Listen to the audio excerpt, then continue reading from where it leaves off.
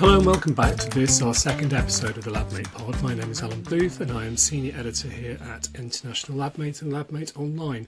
Joining me again is my co-host Jed Thomas. Hey Jed, good to have you on the pod. How are you? And can you tell the listeners what's in the rundown for this edition? I know you've been covering a lot of great news over at Labmate-Online.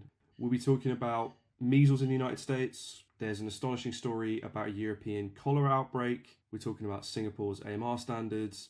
And last, but certainly not least, we're going to talk about your biography of the scientific community's injustice and the Nobel Prize's shunning of a remarkable scientist, Dr Rosalind Franklin. Thank you for that overview. Of course, there is more content to read on the LabMate website, which you can find at www.labmate-online.com. But first, let's go back to the top of that list and I'll talk you through the news about the US measles outbreak. In America, they've got several widespread disease problems right now, and with the ongoing TB outbreak in Kansas City and the growing risk of H5N1 avian influenza. But the measles outbreak is, of course, entirely avoidable through vaccination. So I'd actually heard about measles being in Texas, but what was news to me was about, let's say, the sinister and rather dark secret of the virus. Okay, I'll stop you there for the sake of spoilers before I've talked you through the event so far. By mid-April, the measles outbreak in the US continued to spread with no sign of it slowing down, and that was according to the Centers for Disease Control. Officials in the US have confirmed more than 500 cases of measles, including localised hotspots in Washington, D.C. and Maryland. And there have been 2 deaths reported so far, a child in Texas and an unvaccinated adult in New Mexico. These are the first deaths from measles in the US since 2015. Wow, truly, truly grim. And from a layman's perspective, it sounds to me like it would be very avoidable with proper uptake of the MMR vaccine. I mean, is that right? Right, and the article does discuss the terrible conspiracy and misinformation history related to the MMR, but to loop back to the sinister side of developing the disease that you mentioned earlier, is that there is a serious knock-on to the immune response of the measles patient. Yes, that is a remarkable and far too little known element of the disease of measles, I think.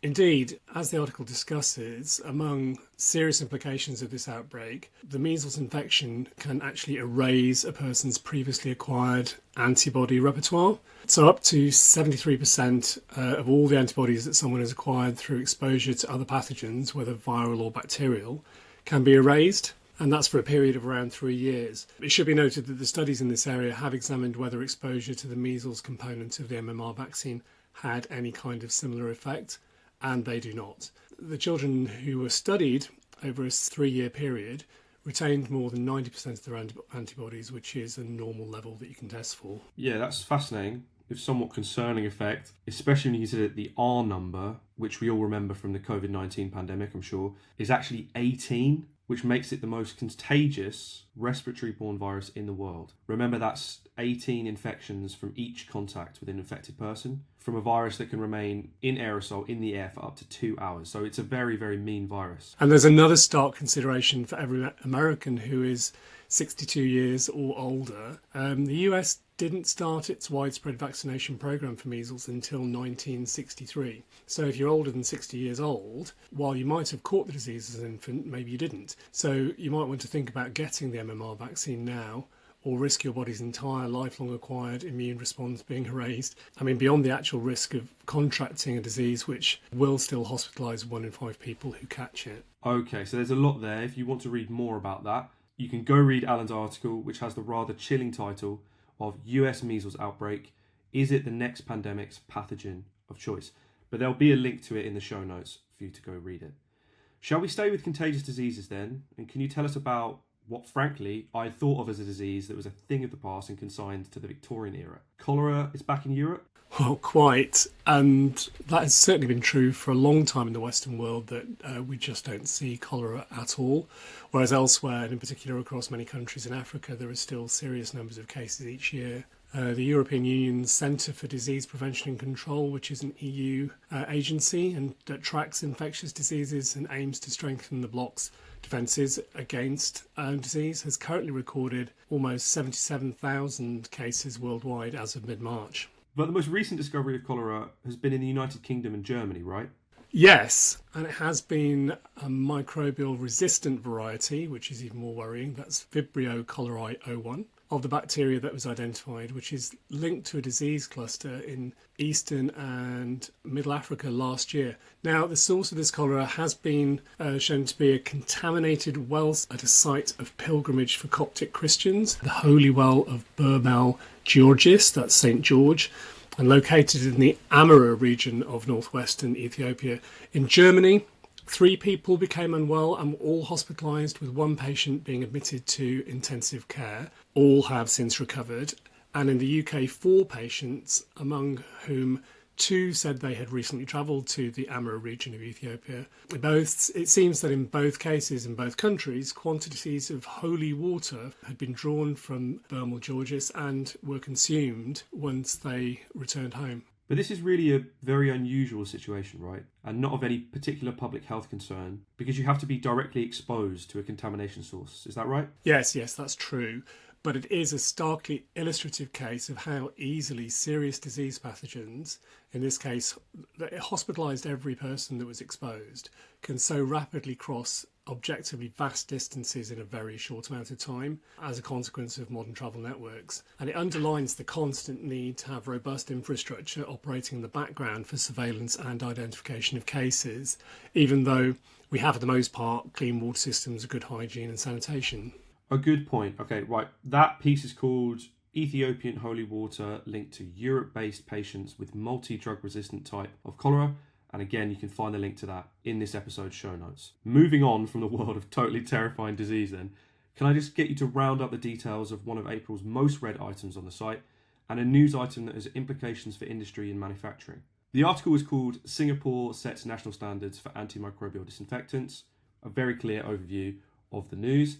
But drilling down into the specifics, we are once again facing up to the growing threat posed worldwide by antimicrobial resistance, that's AMR, and Singapore as a nation has legislated for Singapore Standard 705, which is set legally enforceable and crucially has a science-based methodology behind it to assess the effectiveness and durability of antibacterial, antifungal and antiviral disinfectants and coatings for surface use.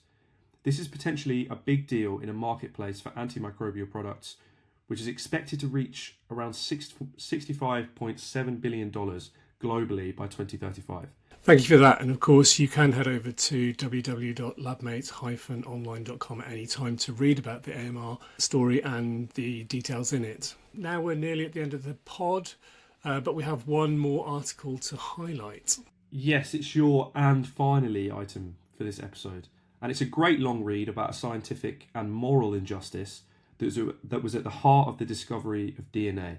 I massively enjoyed this feature that you wrote, all about the life and work of Dr Rosalind Franklin. Thank you very much.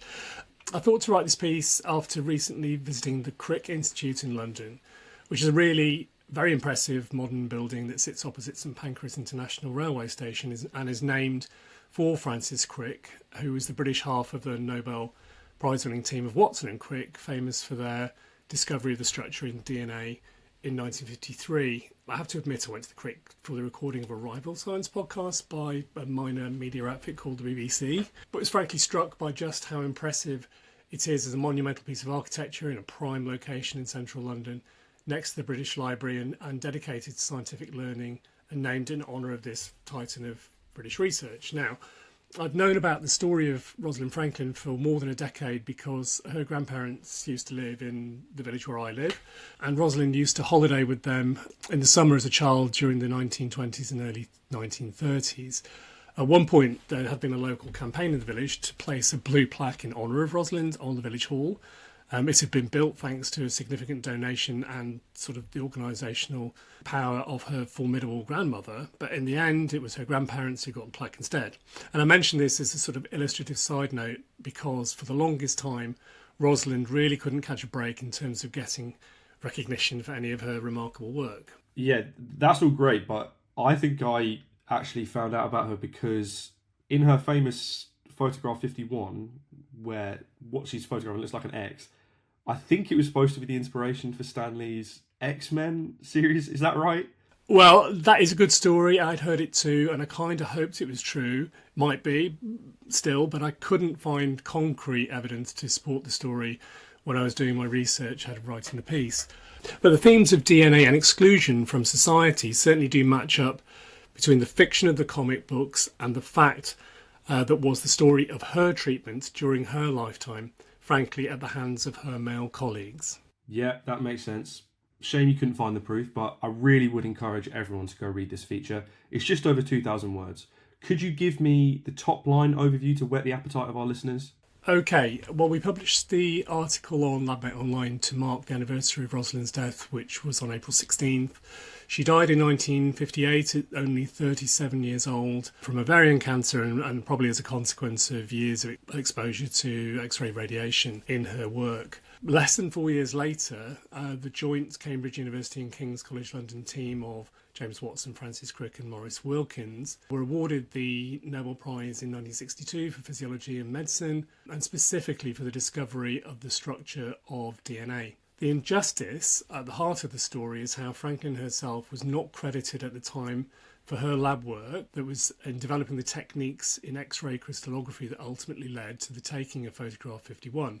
That groundbreaking image had been shown in secret by Wilkins to Watson without Franklin's knowledge or consent. But it was this picture that was the product of her methodical, serious science, which was the empirically derived insight that proved to be the key that unlocked Watson and Crick's theoretical model and their building of the famous stick and ball structure of the double helix. So I know that you can't get the Nobel Prize if you can't be awarded posthumously. So even if Franklin's work had been recognised, it wouldn't have been eligible. But it was actually much worse than that, wasn't it?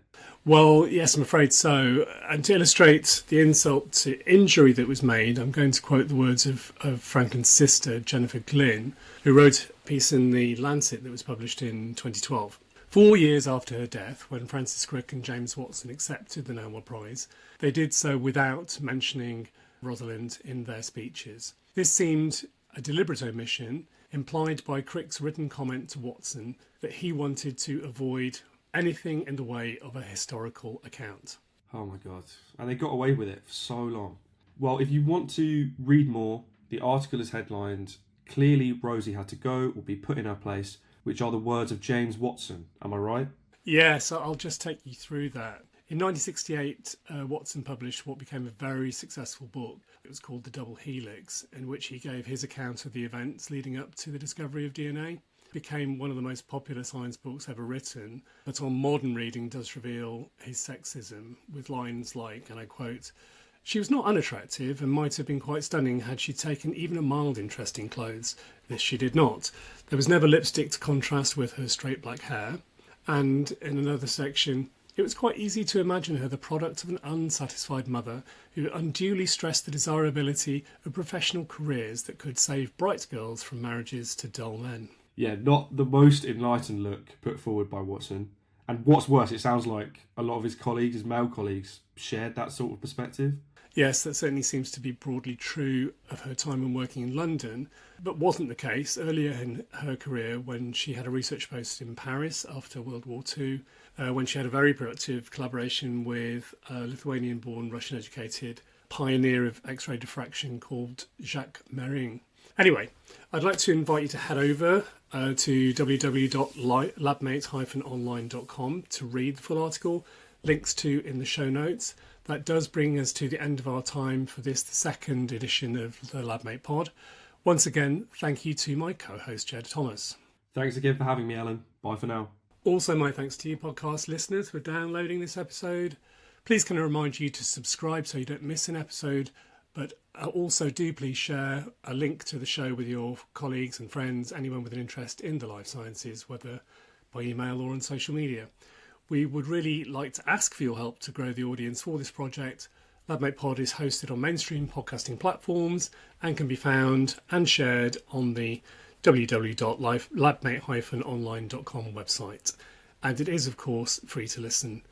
But if you would like to support the podcast through sponsorship, please drop me a line at alan, alan.booth@ilm-media.com. The same is true if you'd like to contribute editorially. Other details I've mentioned already, along with email addresses for the production and commercial teams, will be included in the pod's show notes. Thank you and goodbye until next time.